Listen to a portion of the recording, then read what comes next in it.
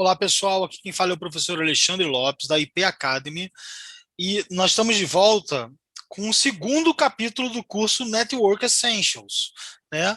É, Hoje a gente vai falar sobre as redes no nosso dia a dia.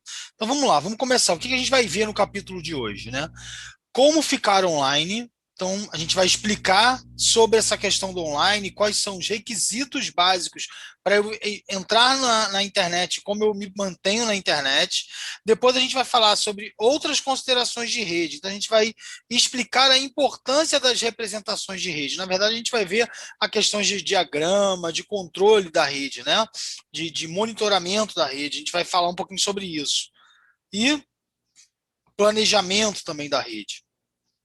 E por fim, a gente vai falar sobre cabeamento e mídia. Então, a gente vai falar basicamente sobre o cabo Ethernet, que é ainda o meio de comunicação mais usado, o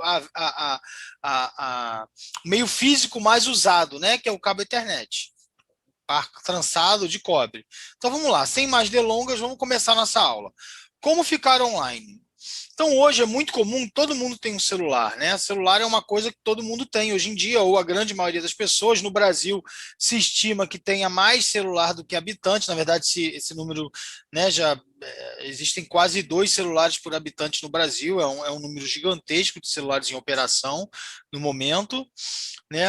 Os celulares usam ondas de rádio para transferir sinais de voz e antenas em torres localizadas em regiões específicas. Então, eu tenho uma antena numa torre, num prédio muito alto, e a gente ela se comunica com os celulares através das ondas de rádio, né? Existem algumas abreviações que a gente usa que são abreviações de tecnologia. Então, a gente tem a 3G, a gente tem a 4G LTE, 5G agora, né? A gente tem ouvido falar bastante da 5G. Então, são usadas para descrever as redes avançadas de celulares, né? E são otimizadas para transmissão rápida de dados. Então, são redes mais rápidas, né? Do que a rede de celular tradicional. Outras redes usadas por smartphones são redes de GPS, Wi-Fi, Bluetooth, NFC. Então, são redes que servem para nos permitir conexão. A gente continua conectado, né, através dessas redes, Wi-Fi, Bluetooth, principalmente Wi-Fi, né? Wi-Fi talvez desses aqui seja o meio mais comum.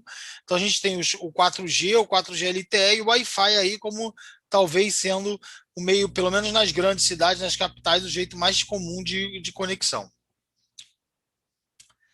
É, Alguns exemplos de componentes, né, de rede são computadores pessoais, servidores, dispositivos de redes e cabos. Então, esses são componentes de uma rede, né? Esses componentes podem ser agrupados em 4 categorias. A gente vai falar sempre de 4 grupos específicos: os hosts, os periféricos compartilhados, dispositivos de rede e mídia de rede.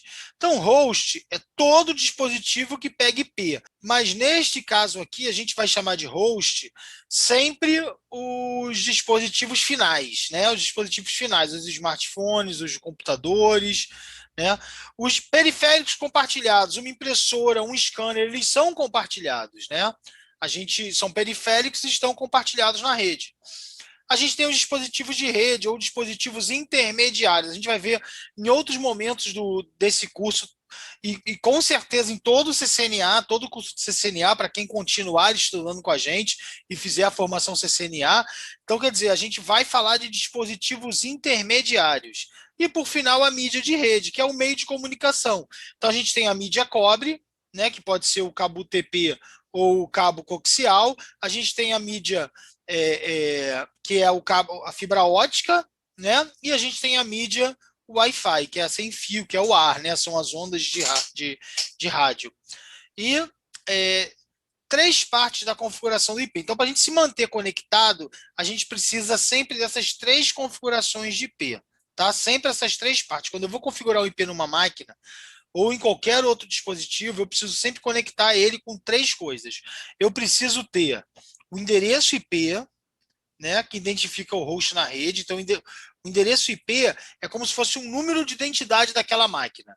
Então, eu tenho um endereço que funciona como sendo o número de identidade daquela máquina. Tá? Então, endereço IP. Depois eu tenho a máscara de subrede. A máscara de subrede, ela ajuda o host a identificar de qual rede ele faz parte. E a identificar, quando ele precisa se comunicar com outro host que tem outro IP, se aquele IP também faz parte da rede dele ou não. Tá? Depois a gente vai ver isso com um pouquinho mais de calma. E o gateway padrão. Gateway padrão, normalmente, toda a rede precisa ter um dispositivo, é um dispositivo de rede, um dispositivo intermediário chamado de roteador. Esse dispositivo, ele serve como gateway, ou seja, ele é a saída, ele sabe pegar todos os pacotes que estão dentro da minha rede e encaminhar para fora da rede quando necessário. E quando ele recebe uma resposta, um pacote de fora da rede, ele sabe entregar ao host certo dentro da minha rede. Tá? Então, eu preciso, para eu ficar conectado à internet, eu preciso ter esses 3 parâmetros preenchidos: endereço IP, máscara de subrede e gateway padrão. O gateway padrão, se eu não vou precisar me comunicar fora da rede, o suficiente IP e máscara de rede, não é obrigatório. A máquina funciona sem o gateway padrão, porém, sem o gateway padrão, eu não consigo me comunicar para fora da rede, eu não consigo, por exemplo, navegar na internet. Ok? Ó, o endereço IP pode ser configurado manualmente ou atribuído de modo automático por outros dispositivos. Então, existe um protocolo chamado DHCP, que é um protocolo de endereçamento automático. Tá? Ele endereça IPs automaticamente, que ele previamente é configurado por alguém, e quando a máquina se liga, automaticamente a máquina requisita um, um um empréstimo de um endereço IP. E aí o gate, o DHCP, o servidor de DHCP, pode emprestar um IP para o host. Né? Eu, inclusive, quase falei gateway aqui, por quê? Porque normalmente em redes de pequeno porte, aquele roteadorzinho que a gente compra para nossa casa, né, o roteador sem fio, ele serve como gateway, e também como servidor de DHCP. Então eu tenho um único dispositivo que concentra duas funções. Ele é rede sem fio, né, ele faz o wireless, ele também faz a questão do gateway padrão da minha rede e ele também faz a questão do DHCP. Tá? Então, tudo isso no mesmo dispositivo. Ou então a gente pode ir lá e atribuir estaticamente, né, manualmente, o endereçamento IP para aquela máquina. Também vai funcionar perfeitamente se você endereçar corretamente. Isso aí. Então vamos falar um pouquinho sobre outras considerações de rede, né? É, à medida que uma rede vai crescendo em tamanho e complexidade, é importante que seja bem planejada, né, logicamente organizada e documentada de forma adequada. Então, um bom projeto de rede, seja uma rede de um escritório pequeno, seja da minha casa, seja do que for, é bom que a gente faça, tenha o costume de sempre documentar a rede e planejar a rede. É que às vezes a nossa rede doméstica é tão pequena que a gente consegue documentar isso no nosso. Não preciso escrever, né? É só um gateway padrão com dois computadores, às vezes um único computador e mais o seu smartphone. Então não tem necessidade, mas numa rede profissional, então eu tenho um escritório, tenho lá 4 computadores, tenho uma impressora e rede, tenho o roteador, né? O roteador que eu faço rede sem fio. Então é bom que a gente, desde que a rede é pequena, a gente comece a documentar, anotar a faixa de IP que está sendo utilizada, quantos computadores, ter o IP da impressora fixo, se possível, o IP do gateway fixo também, esse com certeza é possível ser fixo. Né? E o IP das máquinas pode ser distribuído por DHCP. E você também fazer um planejamento dessa rede e ter um diagrama, ter uma topologia da rede. Quando as redes são instaladas, uma topologia física é criada para registrar a localização dos hosts e como estão conectados à rede. Então, por exemplo, eu tenho lá um escritório pequeno, tem a sala da gerência, que tem a sala dos vendedores e tem uma recepção. Se eu for fazer uma topologia, eu vou ter que ir lá e fazer um desenho mesmo, né? Uma topologia física, por exemplo, fazer um desenho. Então eu tenho lá recepção, né? Eu tenho lá gerentes e tenho vendedores. E aí eu vou colocar quantos hosts tem aqui, vou colocar no desenho mesmo qual a localização deles, né? qual a localização do switch, do roteador. O roteador fica aqui no cantinho, num armário, aqui em cima do armário, fica o roteador sem fio. Vamos botar ele sem fio aqui. O roteador sem fio tem as duas anteninhas, né? Aqui, ó. Ó, o roteador sem fio, ó, tá vendo? E a gente vai usar esse padrão de desenhos durante todo o nosso curso. Isso é uma convenção que a Cisco adota nas documentações dela, nos cursos dela. Então, a gente vai ver isso aqui no nosso curso. Então, a gente sabe aqui computador desktop, laptop, impressora, telefone IP, tablet, né, dispositivo de telepresença. Aí, nos dispositivos intermediários, eu tenho aqui, ó, lembra que eu falei, ó, dispositivo intermediário, ó, dispositivo de rede lá em cima e intermediário aqui embaixo já, ó. Então, roteador sem fio, switch de multicamadas, que é um switch que ele funciona também como roteador, roteador tradicional, ó, sem ser o roteador sem fio, dispositivo de firewall, né, que empresas de médio porte às vezes de pequeno porte, dependendo da usabilidade e dependendo do nível de criticidade da rede, ele precisa de um dispositivo de firewall, né? E aí a gente tem os meios de comunicação, né? Esses meios de rede. Sem fio vai ser sempre representado por essa ondinha aqui azul. O LAN, a LAN tradicional, né? Pode ser tanto fibra ótica ou cabo UTP, vai ser por esse fiozinho preto aqui, e o fiozinho, o raiozinho vermelho vai ser para representar a mídia da WAN, tá ok? Então a gente precisa aprender aqui, ó, topologia, ó, topologia. Então a topologia lógica mostra os nomes de dispositivos, endereços IPs, informações de configuração e designações na rede. São parte lógica da informação que podem mudar com mais frequência do que a topologia física de uma rede. Então, eu tenho aqui a topologia lógica, onde eu não me preocupo com espaçamento físico, né? Eu cuido mais, eu preciso mais me preocupar com a parte lógica, qual endereço IP usado, qual a VLAN que ele está, né, qual o tipo de conexão, quem está conectado à internet. Então é assim, é isso que eu me preocupo na topologia lógica. Mas é muito comum, os ícones da imagem são usados para criar topologias físicas e lógicas. É muito comum que a gente tenha uma topologia que misture os dois lados, né? Que eu faça uma topologia física e lógica, juntos no mesmo desenho, principalmente numa empresa de pequeno ou médio porte. Eu, pelo menos, tenho esse costume. Porém, existe uma diferença entre topologia física e lógica. A topologia física se preocupa com localização física dos equipamentos, né? Observa aqui, ó, tem uma parede aqui com uma sala, né, ou um armário, isso aqui representa normalmente uma parede com uma sala. E aí eu tenho aqui, ó, escritório administrativo, né? Aí no escritório administrativo tem os computadores. Então, assim, sala de aula 1, sala de aula 2, sala de aula 3. Então, eu tenho aqui um ambiente onde eu me preocupo com ele fisicamente, né? E aí eu tenho um ambiente lógico, onde até tenho aqui, ó, sala de aula 1, sala de aula 2, sala de aula 3. Mas eu estou mais preocupado com as informações lógicas. Observe que ele é mais rico em observação lógica, tá? Vamos falar um pouquinho agora sobre cabeamento e mídia, né? Então, ó, tipos de mídia de rede.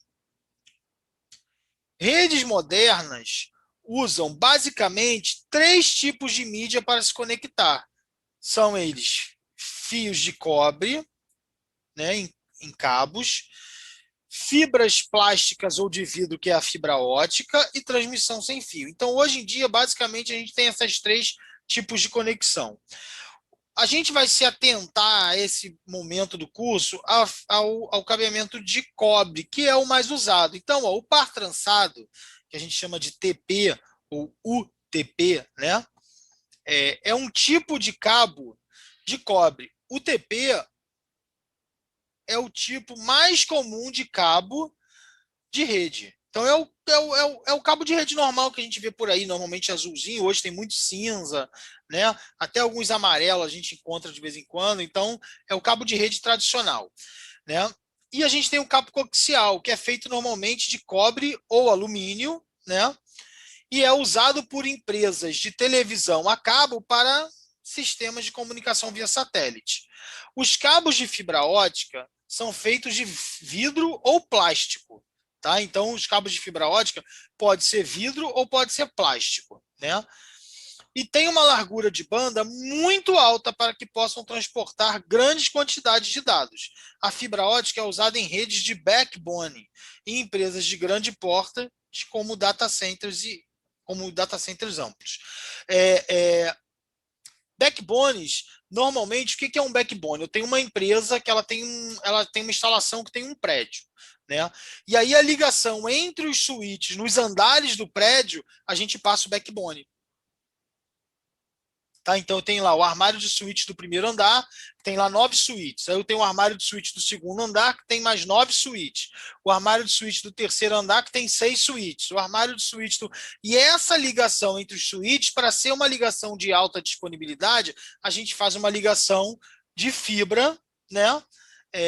Normalmente com 2 fibras para poder ter uma redundância entre os suítes. Então é um exemplo de um backbone, por exemplo.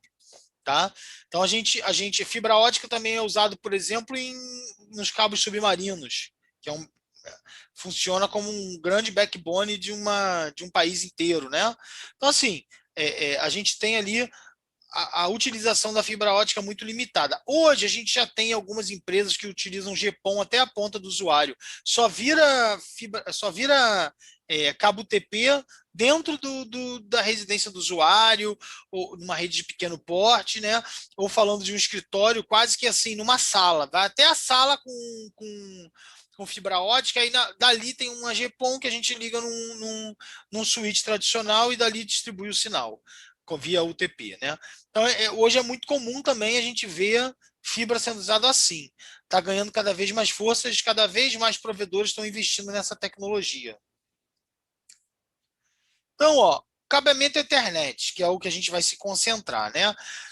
O cabeamento Ethernet, ele é um cabo que ele tem um problema que é a questão da interferência, né? Ele é muito sensível, ele sofre interferência eletromagnética, né? E com o crosstalk, ou diafonia, que é quando os cabos são muito longos e a trançagem deles está comprometida, um cabo pode estar interferindo o sinal do outro, ok? Então isso é muito comum. Por esse motivo, muitos desses cabos são blindados. Então a gente tem o cabo não blindado, que é o UTP, e a gente tem o cabo blindado, que é o STP.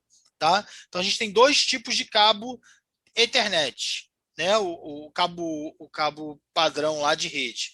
A gente tem o cabo UTP, que é um cabo tradicional, não blindado, ele é trançado para evitar diafonia, ele tem uma série de facilidades de trabalhar, mas ele pode sofrer, sim, interferência, tanto eletromagnética quanto diafonia.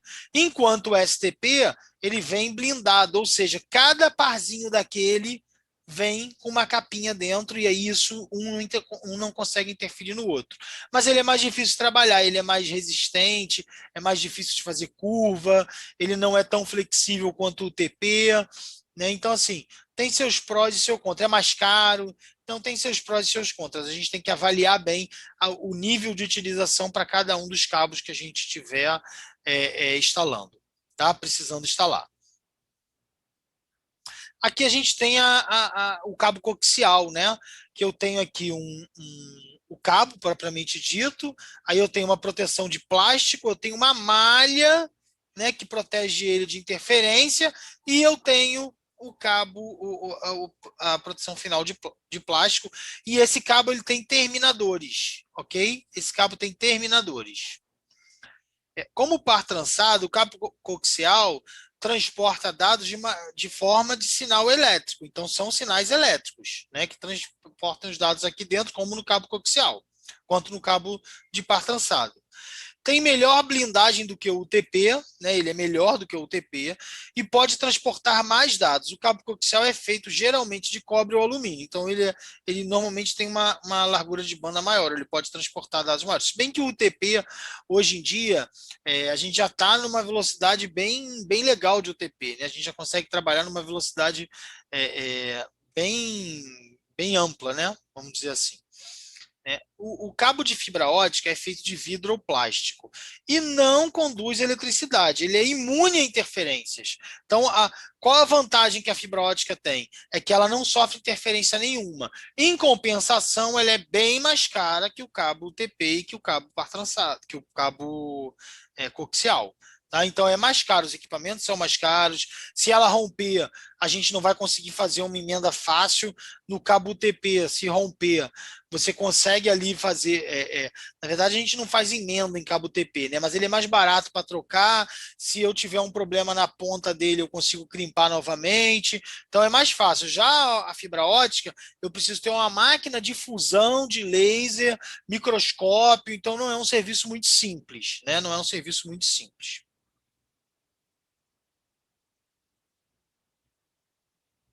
Aqui a gente vai falar dos padrões de cores, né? O cabo UTP Ethernet, existem dois padrões de cor.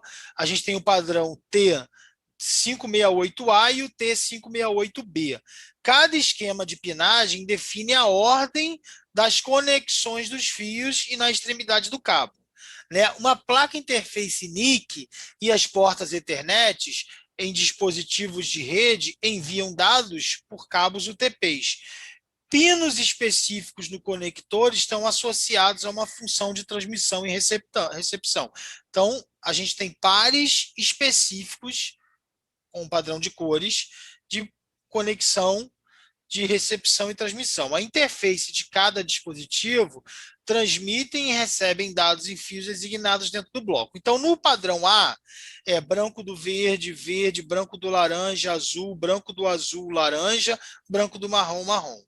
No padrão B, eu vou inverter o verde com laranja. Então, eu inverto o verde com o laranja, e aí eu tenho o padrão B. Então, fica branco do laranja, laranja, branco do verde, azul, branco do azul, verde, branco do marrom, marrom. Então, e aí, o que acontece? Se eu vou ligar, por exemplo, dois computadores um no outro, eu preciso que uma ponta seja em A e uma ponta seja em B, senão eles não vão se comunicar. Agora, se eu for ligar um computador num switch, aí tudo bem, pode ser as duas pontas em A, devem ser as duas pontas no padrão A, ok? A regra é a seguinte: se você tiver dispositivos que operam nas mesmas camadas, então um roteador e um computador, os dois operam na camada 3, os dois tem que ser cabo crossover ou cabo invertido, uma ponta com A e uma ponta com B. Um roteador e um switch, eles trabalham em camadas diferentes. O roteador é camada 3 e o switch camada 2. Alexandre, que história é essa de camada? A gente está falando do modelo OSI, as camadas do modelo OSI. A gente vai falar um pouquinho sobre isso mais para frente no curso, tá bom? Então, é uma regrinha simples que vocês vão guardar. Mas o importante agora é vocês guardarem quais são o padrão A e o padrão B, ok? Pessoal, esse era o assunto da aula de hoje. A gente precisava falar o básico para se manter conectado, né? Então, na primeira aula, a gente falou como a rede funciona, por que a rede funciona, como ela funciona, né? Nessa aula de hoje, o objetivo foi falar qual o mínimo, qual o conhecimento mínimo, qual o conceito mínimo, quais as informações mínimas que eu tenho que saber para ter uma rede conectada, para ter o meu dispositivo conectado na rede. Tá ok? Então, pessoal, a gente volta com a próxima aula. Eu espero que vocês estejam estudando e estejam gostando do curso. A gente volta na próxima aula.